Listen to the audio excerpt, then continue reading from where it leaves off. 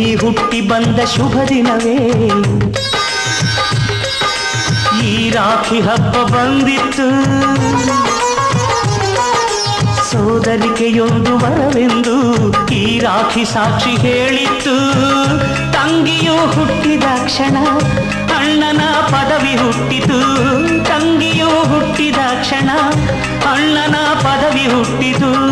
ಗಂಡಿಗೆ ಗೌರವದ ಗರೇರಿತು ಮುದ್ದಾಗಿ ನೀನು ಅಣ್ಣ ಅಣ್ಣ ಅನ್ನೋದೆ ನನಗೆ ಓಂಕಾರ ನನ್ನ ಇವೆಲ್ಲ ನಿನಗಾಗಿ ತಾನೆ ದೀರ್ಘಾಯುಷ್ಮಾನ್ ಭವ